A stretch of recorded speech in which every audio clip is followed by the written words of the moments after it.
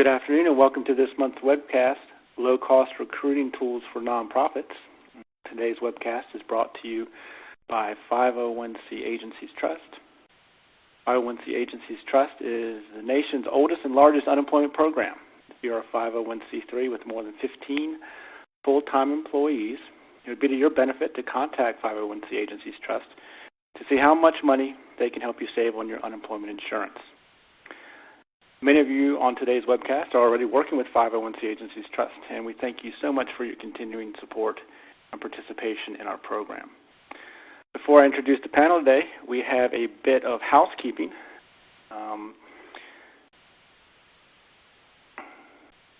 We will be taking questions throughout today's webcast. You can submit your questions. There's a picture of me on your screen on the left-hand margin. Right below that is Ask a Question. Go ahead and submit your questions in there. We will address those throughout the webcast, and then we will have a Q&A at the bottom of the hour, or at the top of the hour, at the end of the webcast. Today's session is available on demand, so if you want to share this with your colleagues and friends, please feel free to forward them the link that you used to enter today's webcast, and they can access this on demand for the next 12 months. Today's webcast is worth 1 hour of HRCI credits for your PHR and SPHR. Those credits will be forwarded to all of today's participants by email this afternoon. You need to give me a couple of hours to go through everybody, make sure that you were on the entire time, and then we will send those to you. We run this webcast once a month, panel discussion, and we do it on a number of topics. If there's something you would like us to cover, please feel free to give me a holler, and I will try my best to cover the subject matter that you would like to hear about. And now a quick tour of the webcast module in front of you. As you notice, it opened up in your browser. That means sometimes that you might get some buffering depending on your internet connection at your organization. Right below my picture, you'll see a play button, a stop button, and a recycle button. If for some reason the image stops or you get some buffering, the audio stops, it's best to go ahead and hit that recycle feature, and it will recycle the browser for you, and then the audio should pop right back up. But if you have any other technical details or difficulties, go ahead and throw those in the Ask a Question box, and we'll do our best to try to get you up and running. So now for our speakers. Good morning, guys. How are you all? Good morning. They're unmuting their lines, so they're a little bit. Yeah, good morning. Good morning, guys. Thanks for attending this morning. I'm going to go ahead and briefly introduce our team. By the way, I think for this panel, we have the best heads of hair of any panel we've done for the past year. So just want to put that out there. You guys are beautiful. Jason is a talent sourcer for Mosaic. They're a nonprofit based in Omaha, Nebraska, and they work with people with intellectual disabilities. His agencies span across 10 states, 57 locations, and he helps find the talent they need to build the professional networks they need. He fills positions ranging from direct care to C-suite executives. Benjamin Freedom is a talent acquisition expert with over a decade worth of experience, specifically in talent acquisition, and he has multiple years as a nonprofit hiring manager. He will be beginning, what did you say, Ben, in a couple weeks with Apollo Video. Monday, a week from Monday. today. Okay. Yeah. Monday with Apollo Video Technology. They're in Bothell, Washington, just north of Seattle, as their talent acquisition manager. Ben filled positions nationally as well as internationally in places such as India and Hong Kong. So we'll go ahead and get started with Ben. Take it away, Ben. Absolutely. So thank you, everybody, for joining us. To get started, you just want to look at different recruitment strategies. And the way that I like to recruit is very low cost with very high gain, and also just making sure that it's easy. Talent acquisition does not have to be rocket science. And the first thing that I like to do when I recruit is I turn to the people that already work for the organization. If people are engaged and they enjoy their work and they're mission-driven for what we're doing, they're the best advocates to go out and talk about it to their networks, to their friends, to other colleagues, to other groups that they're involved with. So that's the first thing I always like to do is look to the people that I work with for referrals. The next thing that I like to do, specifically when I am working with nonprofits, is I've never had a situation where I haven't had candidates, haven't had volunteers. And if a volunteer is good and they're motivated, then I leverage that and invite them to be a candidate. If somebody's going to donate their time to my cause, then if there's an opportunity to employ them, I know that they're going to be very enthusiastic about helping us achieve our mission. And the third thing that I look at, and this is especially important when I'm looking for C-suite level personnel, but it's leveraging board members. Typically, board members have connections in the community, other companies within their own company, and they're a tremendous resource for being able to network, being able to put the word out, being able to leverage the resources that they have. And many times board members are C-suite members of their own company, so to utilize that is just a gold mine. The fourth tool that I use is other NGO partners, that work in the workforce development space. And the reason that's good is, especially for some entry-level positions, you're utilizing other nonprofits within the community to give their people jobs, which is what their mission is. Typically, you'll have a candidate profile of somebody who's extremely motivated and dedicated to doing the work and who's going to stay with the organization, because obviously the less turnover you have, the better off. And that's something that I've done quite a bit. I've done it internally when I've worked in talent acquisition for nonprofits. I've also done it as an agency recruiter where I turn to one nonprofit for candidates to staff another nonprofit. And the final piece of leveraging relationships that I'm going to talk about is just utilizing social media. And I know everybody talks about using LinkedIn and using Facebook and Twitter, but the reality is if I'm connected to 500 people and I put out a message, those 500 people will see it, a group of them will like it, and then their network see it. It's just exponential, and it's free. And because of that, it can be a very powerful tool. And even outside of that, when you have different groups such as Facebook groups and LinkedIn groups that you can specifically tailor what you're recruiting for. So those are all different ways of utilizing the people you know and utilizing the resources that are around you for free sourcing tools. The next thing that I'm going to talk about is a recruiting marketing strategy, and this is extremely important. When you're leveraging your brand, and every organization has a brand. It may be small, it may be large, but everybody has a brand of who they are and what they're trying to do. And so the first thing that I'm going to say is staff testimonials. If people work for you and they're performing and they're doing well, that's something that's really valuable, and that carries a ton of weight when you look at sites like Glassdoor, when you utilize YouTube, to research. And so if you're recognizing an employee for their great work, part of that recognition, ask them to do a testimonial.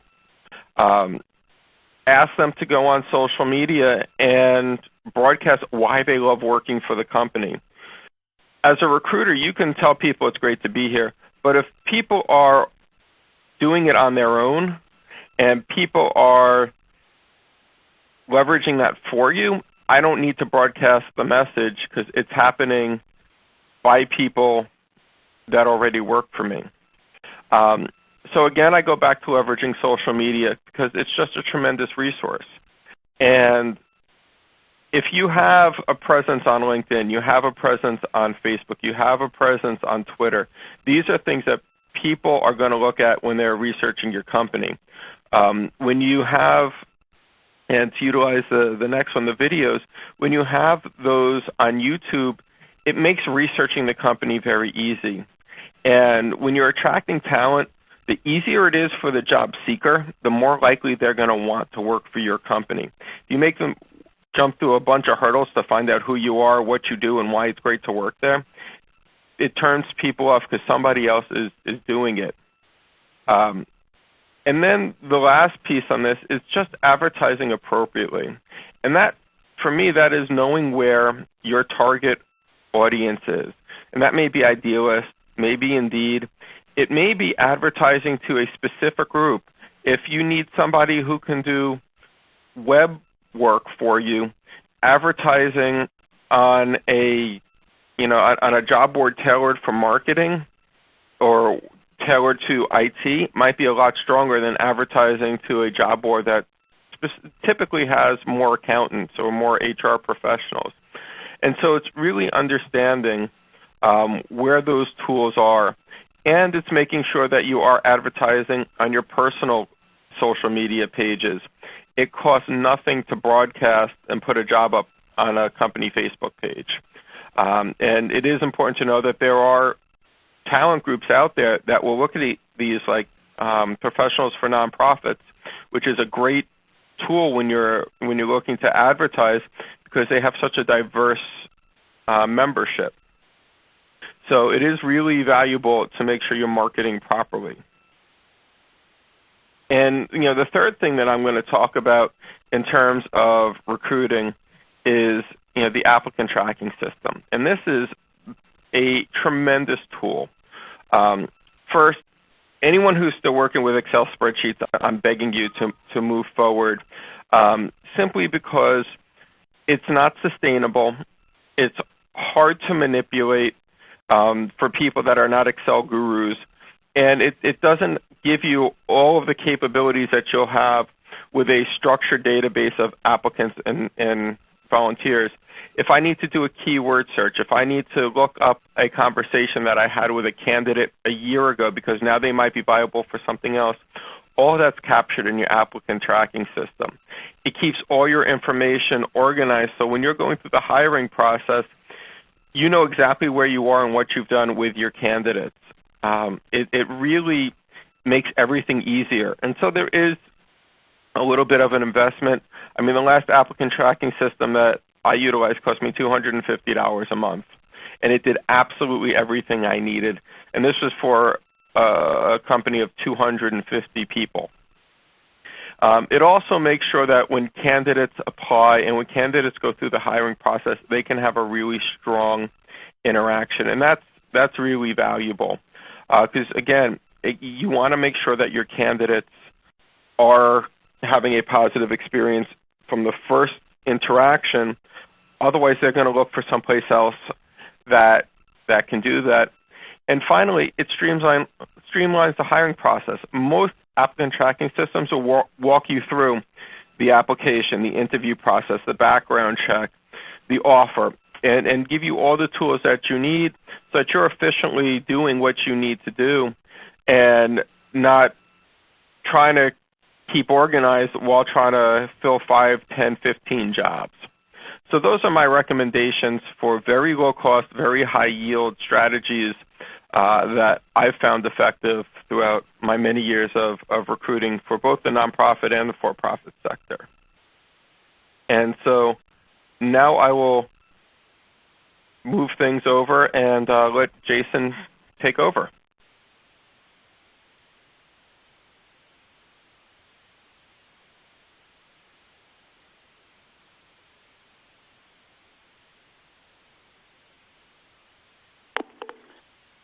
Jason, are you on mute? Sorry about that. Thank you very much. Everyone can hear me okay, I hope. So first, thank you very much for the time today. Today I'm going to be talking about some tools that you might use to go and find and hunt for the talent that you want.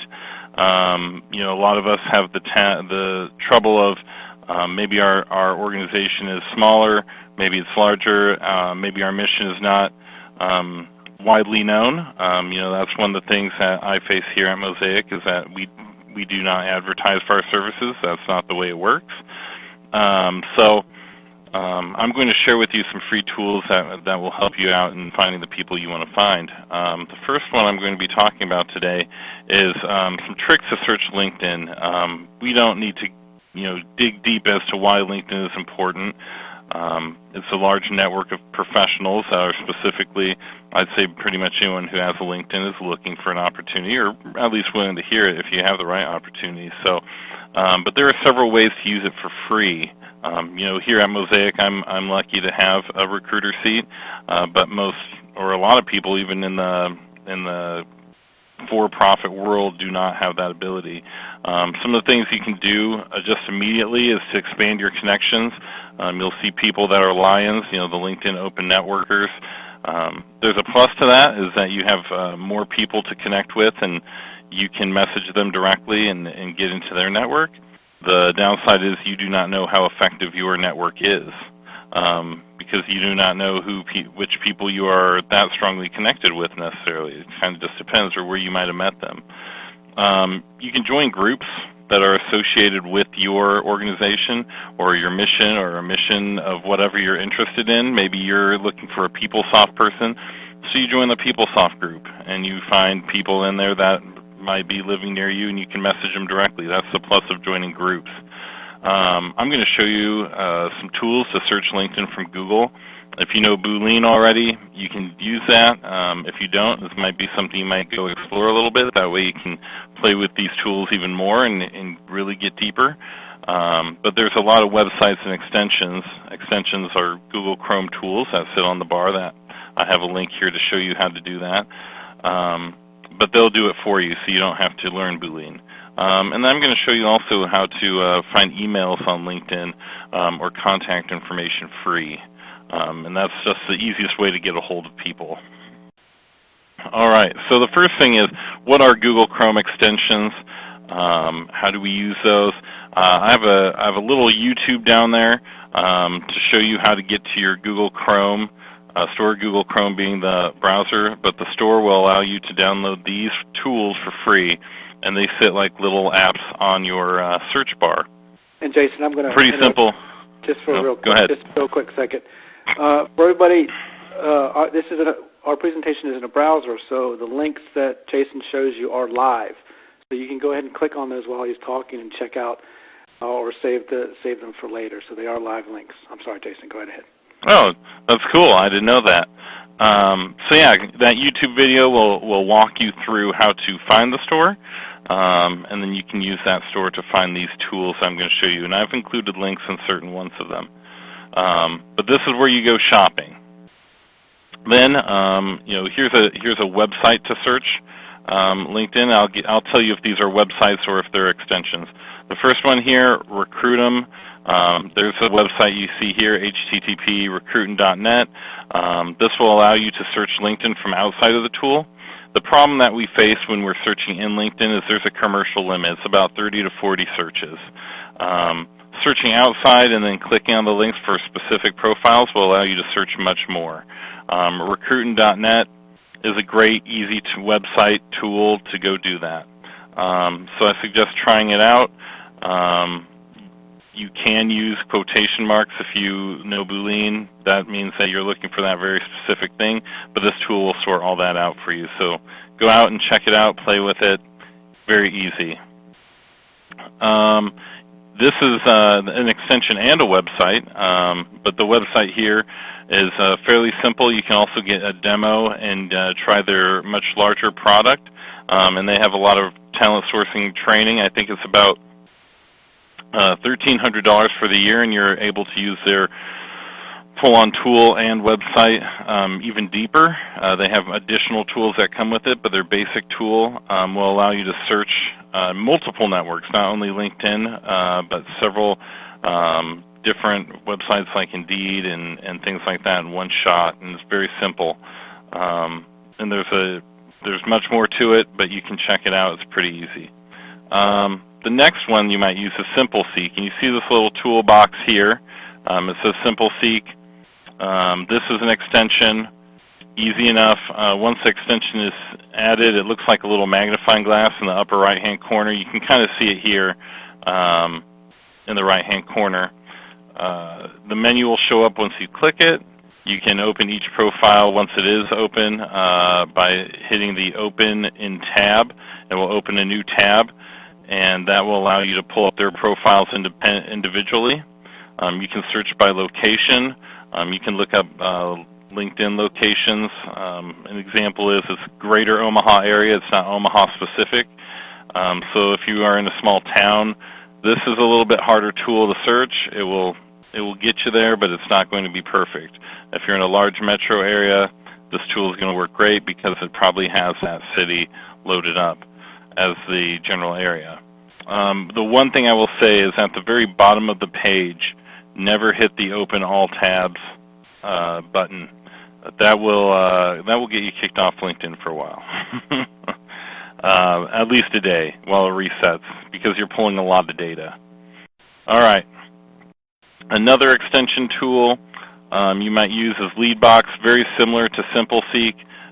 You hit this little LB button. This isn't, like I said, it's an extension. It's very similar to SimpleSeek in a lot of ways. It will again use Google to search and index the page. And you'll be able to open each of those profiles from the search page on Google. It's very easy. One of the things I will say, people ask, Jason, why would you have multiple tools like this if you have LinkedIn Recruiter Seat? They search it differently. I get different results. I get additional results that I don't get when I'm in LinkedIn. Something about the way the algorithm works, that it's written, the way it's written, it's just completely different, and I get some good results out of it in addition to having my Recruiter Seat. So I suggest having multiple of these. Also, the plus of having multiple ones is if one breaks down for some reason or they're doing some maintenance on it, you can still use a different tool. All right, next tool. How do we find emails when we are on these LinkedIn pages? Well, that's a good question. You'll see my little picture here. It's Email Hunter. So what is Email Hunter? It's both a website, which we kind of see here in the top part. In the bottom part, I took a snapshot here of when you're on a LinkedIn profile. It adds a little button that says Email Hunter. It is an extension. So the cool part is by adding that button, and you'll see the domain for the website where you can also get the extension for Google Chrome. But it will search for their company email. And the good part is our development officers also, they can use them. We can use them as recruiters and just work on networking and connecting with people and asking for help. One of the things that was kind of mentioned earlier is that, hey, why don't we work with other HR people? Why don't we work with a variety of different donors or board members or things like that in order to connect with the community? They often have connections. I just email them directly. If I don't already have their email, I'll go out and find it. I work in a lot of small towns, so when I need an HR professional or a fundraising professional, I'll just go ask someone for help that's in the local community where I may not have connections. So the cool part is when you work for a nonprofit, people want to help you. Why not take advantage of that situation? This app here, it runs easy over LinkedIn. It's just an overlay, easy to use. I also have a little video here, I believe. This is a video, socialmediatips.com, Email Hunter. All right. So we get those emails. Email Hunter tests them, but we can also test them ourselves. The other thing is that Email Hunter, the little extension button that shows up on your browser, it will say Email Hunter. It's also great because when you're on someone's website, you can pull up email addresses. So you learn the layout of the email, but then we need to test that layout and see if it works. Easy enough. We can go here to, this is my favorite website here, and now for some odd reason it's escaping me. I don't remember. It's called emailtester.com. And then what you do is you can test emails just by putting them in this area here, and it will allow you to search them and see if it's good. If it's yellow, if there's a little yellow here on this spot, it's worth giving it a try and try emailing people. The green, more green means good. If you get a red, area down here for email verification. It's bad. It doesn't work. All right. So moving on. Searching Facebook. There's extensions to do that. There's certainly tools to do that. I gave you a website here. You can download the extension or run it from the web page. Great tool. This will allow you to search Facebook. Why would we want to search Facebook? Is it legal to search Facebook? There's a lot of questions around that. Here's what I'll tell you. These are people that are not necessarily applicants.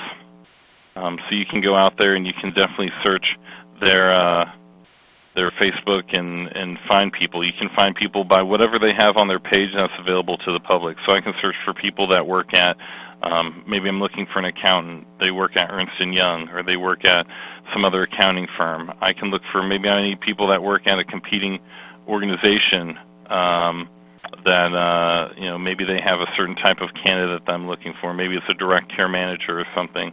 I can look for people that work at that company. I can look at them by location. I can look at them by a variety of different filters. This will allow me to add filters so that I can search those even more efficiently in Facebook. And then I message them from my Facebook. It's free. So why wouldn't I? It goes directly to mobile. It's easy to use.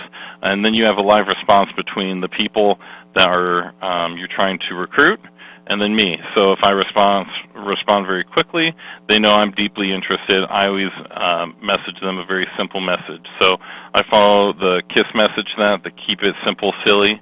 I know those are strong words there, but I use that to message people, and I just let them know, hey, I know who they are, I know what they do. I'd like to talk to them a little bit further. All right, so when I am on these social medias, when I'm on Facebook and LinkedIn, I use a technology called Profit. It's another extension.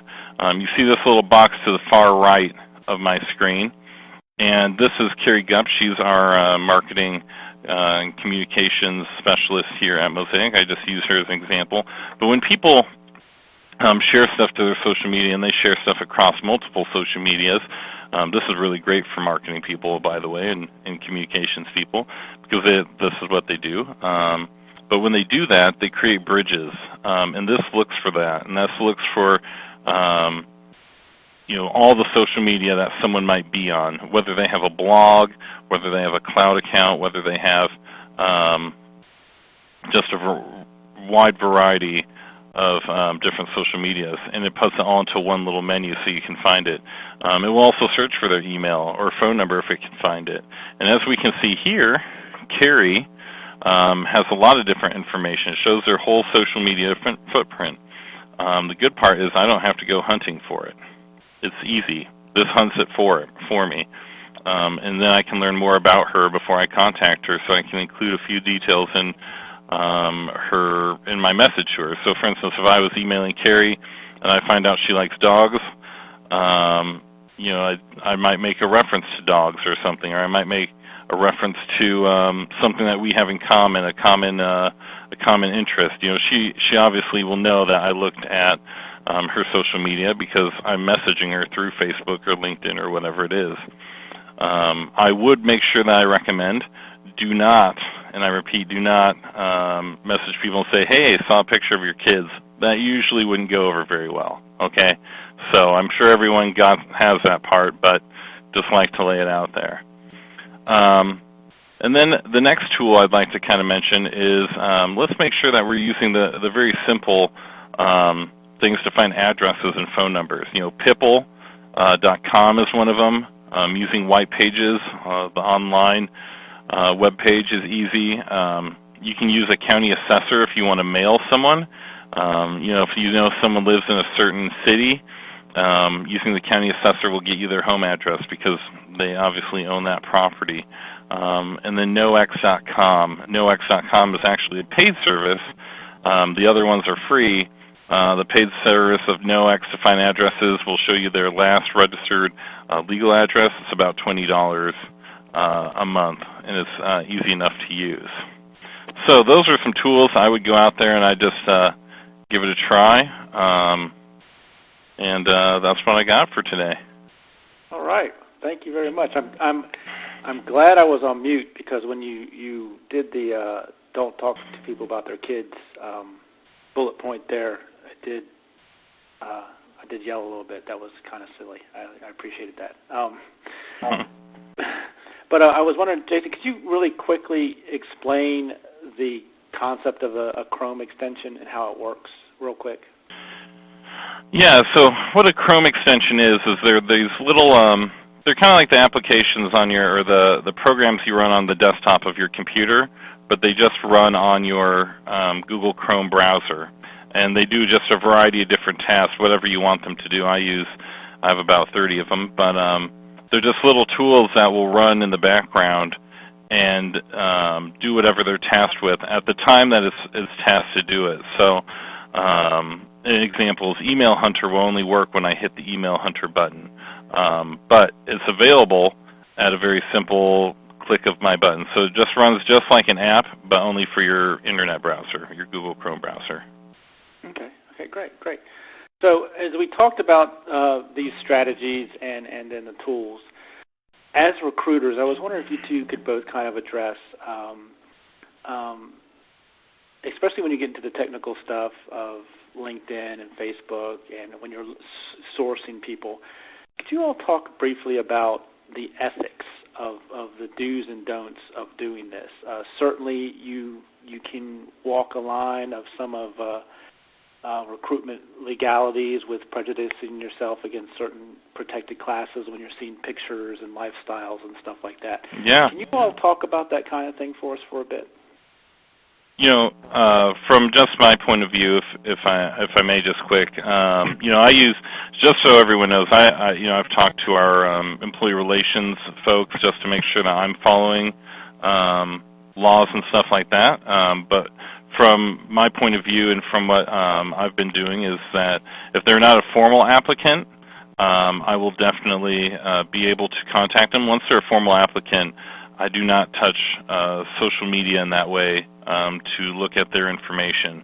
So that's something I would be very wary to draw a line. You know, I'm not doing the full recruitment process. I'm just doing the front end myself. But the other part of that is I would definitely not share pictures or any of those social media details or where these folks are located with my hiring managers. That just won't be happening. That's a very strict legal point of view in which I will not cross. I think Benjamin would have the same point of view. Absolutely, and I take the same approach. Even when I find somebody on LinkedIn, quite honestly, I have so little time that I'm just looking for what's in the profile. Do you have the keywords that I need? Do you have the skills that I need? Do you, are you affiliated with my company already in some way, shape, or form? But it's really the same approach. And when I do share a candidate with a hiring manager, there is never a picture involved. There's never anything of that nature. But it is important to know that very often a hiring manager will go look at a LinkedIn profile simply because it's accessible, it's free, and it's easy. But it truly is about just looking at the skill set and do you have the competencies that I need? And that's where my decision is made on whether or not somebody moves forward. Do you guys counsel your hiring managers about Googling people and searching them online? We've talked about it before. I'm sorry. Oh no, it's all right. It's all right. I was going to say it's something that I've had conversations with because it's important that they understand that there are protected classes that they're not allowed to discriminate against. Very often, if I have a hiring manager that does look, they want to see if they can see what groups this person's affiliated with, who their professional memberships are. Most of them know or have been trained that you don't look at a person's profile to see what ethnicity they are. You don't look at their profile to see, how old they are. It's hopefully they're using it in the way that they've been taught so that there is nothing illegal going on. The good part from a talent sourcing point of view, if they're not an applicant, is that you can make some different decisions whether they're going to fit your organization or not before you even reach out to them. It's one thing if they're applying on their own or once they're an applicant, but you don't have to contact them.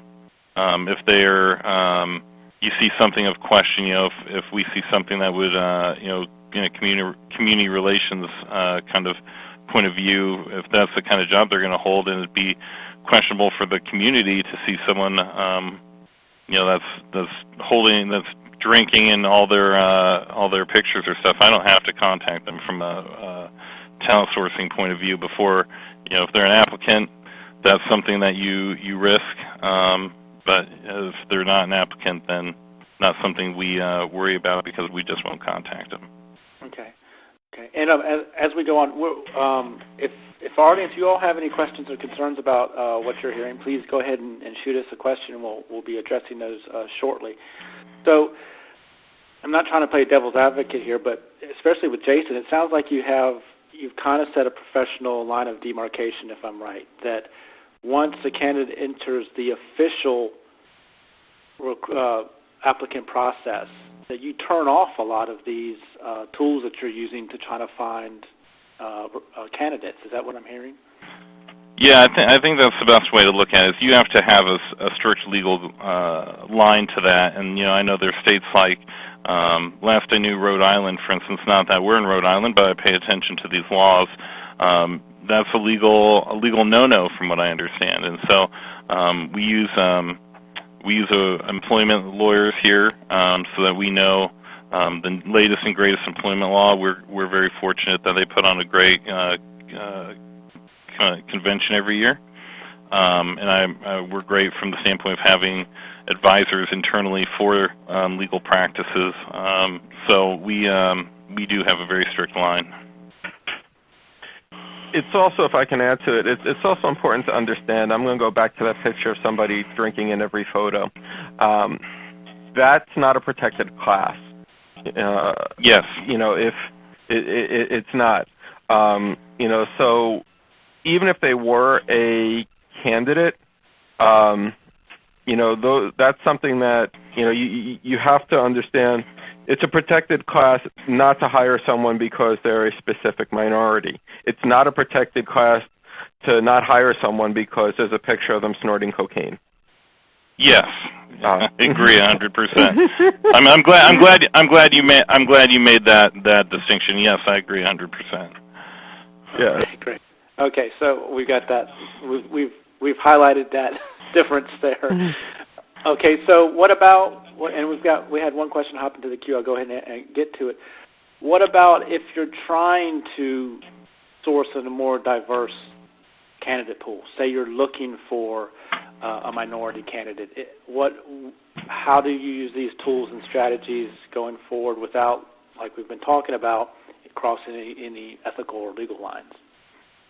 Well, this, I'm sorry, Jason. If I can just go ahead. Touch on this. This is where knowing where to advertise is extremely important. And understand that there are associations out there that specifically cater to certain groups in certain fields. And I'll give an example. There's one group, it's the National Society of Black Engineers.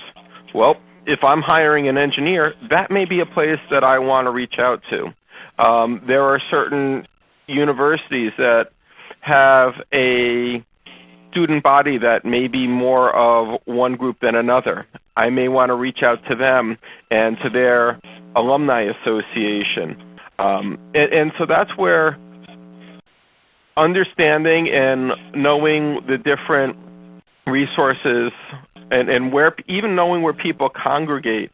I've reached out to different churches and different religious groups because I needed people I was hiring people that spoke Korean.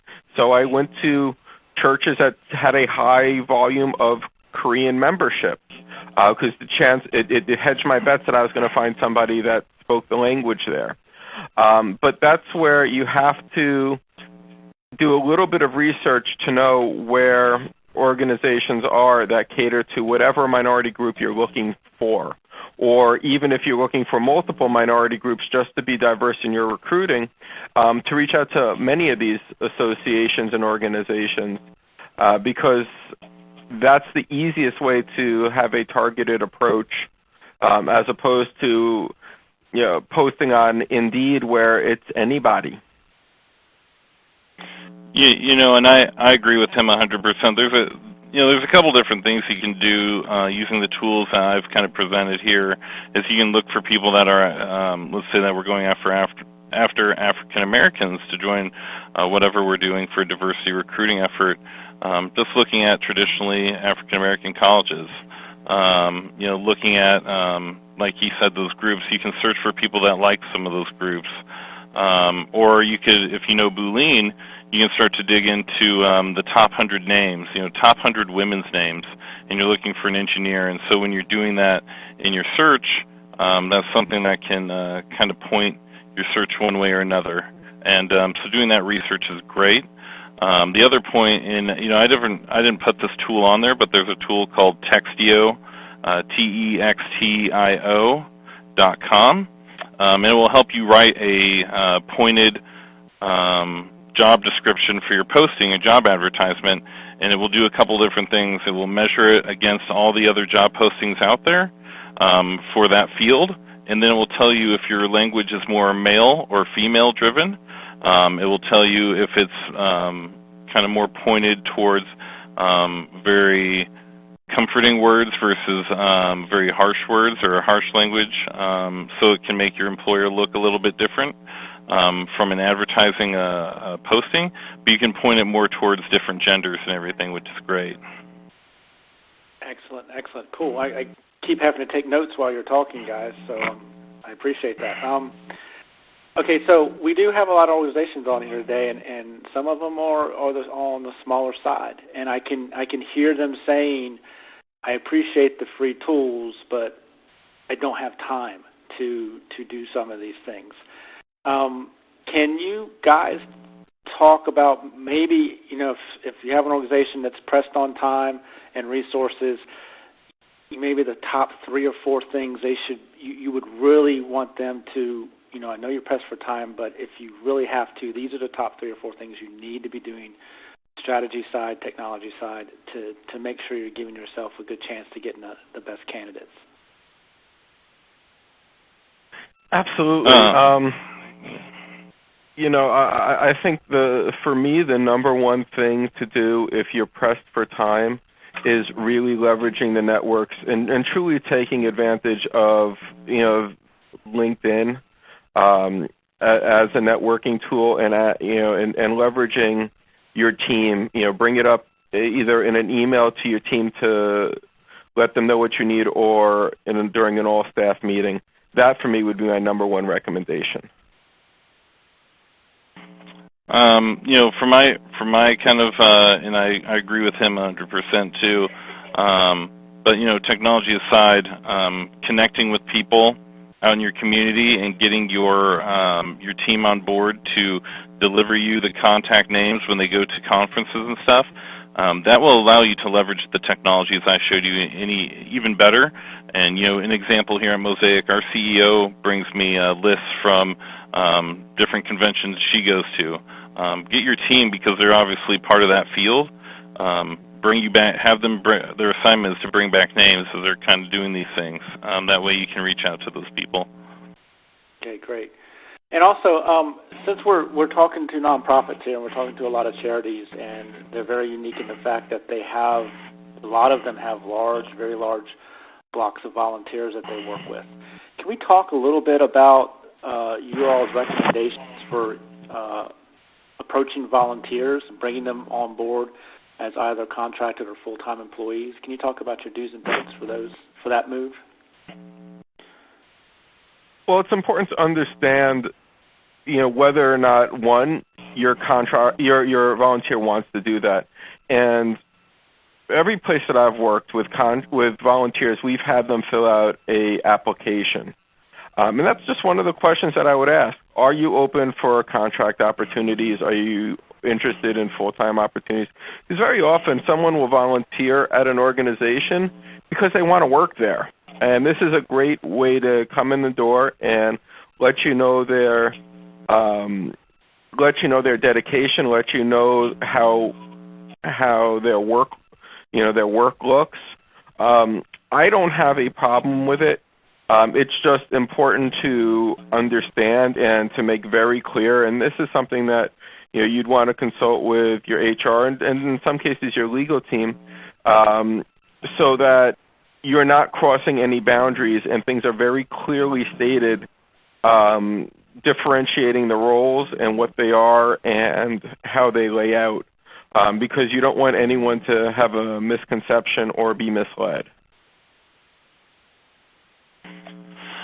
I would, I would say if you're going to approach these, the one thing I would know is that people's desires and kind of why they volunteer is much different than why they work places. So I would understand that pretty clearly. What is their desire? What are they looking for? But also get to know them as a person before I went out on a limb there. Just because I want them to feel comfortable being part of whatever they decide to do with my program. I want them to either be a great volunteer or whatever. So understand their desire and what their motivation is. Okay, great. Now we had one question come into the queue talking about networking and trying to train and prod your coworkers to help provide you with candidates and people looking for jobs. And can you do you all talk about that? How do you leverage your own staff? I mean, how do you get some people are shyer than others, and how do you train your staff to become a resource for finding and sourcing candidates? Here's the first thing I would do is one, ask them directly. Don't having a staff meeting and telling everyone we need referrals or whatever is great. But and having a referral bonus or whatever is great, but it doesn't get you everything you want. So go ask someone individually and tell them why you think they're going to be an important resource.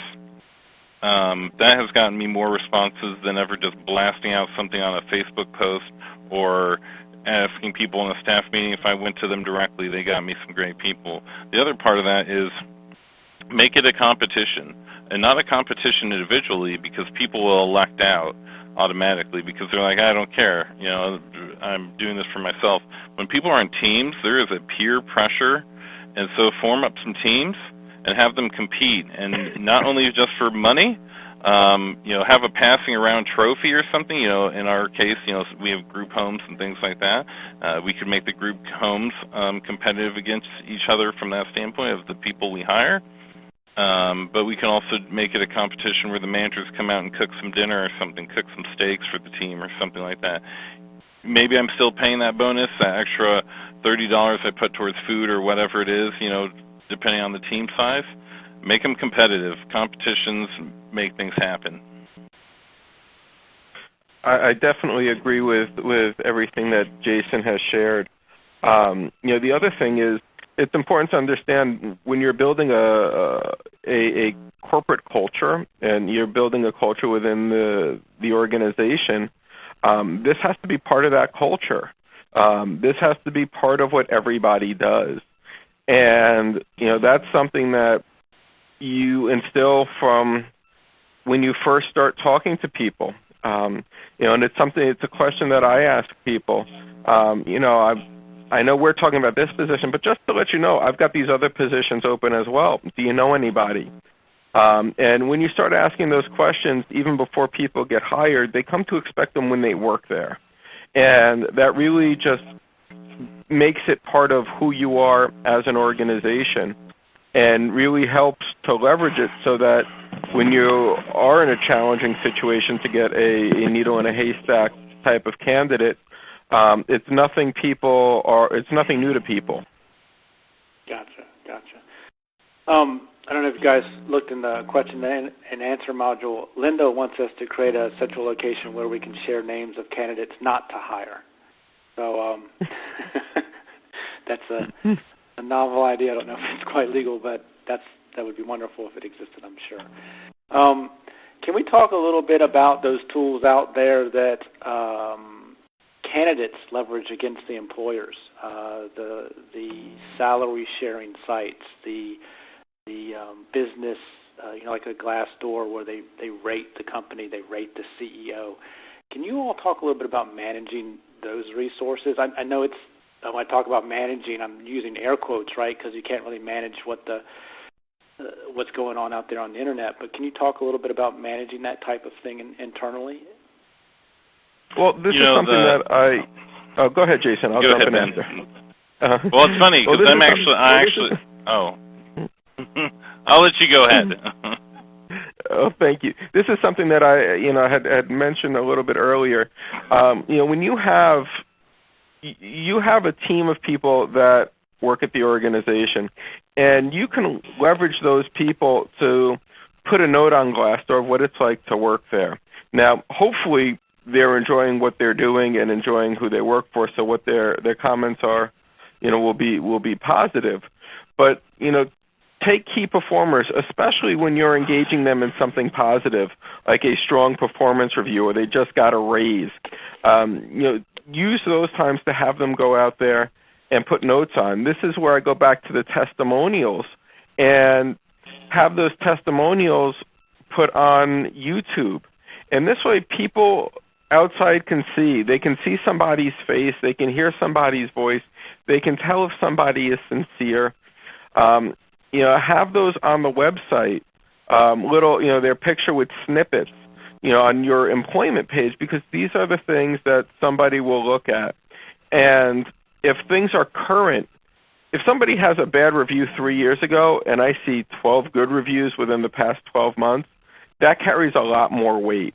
And so those are the things that I would leverage, and have them speak to things like quality of life and things like work environment and organizational culture, because this way the focus is on how great it is to be there. The focus is not on money. The focus is not on things that can really make it challenging for people, but you're focusing on on the real strengths of why people stay there. I'm with Ben on this. That's the same exact conversation we're having and that we've had with Glassdoor.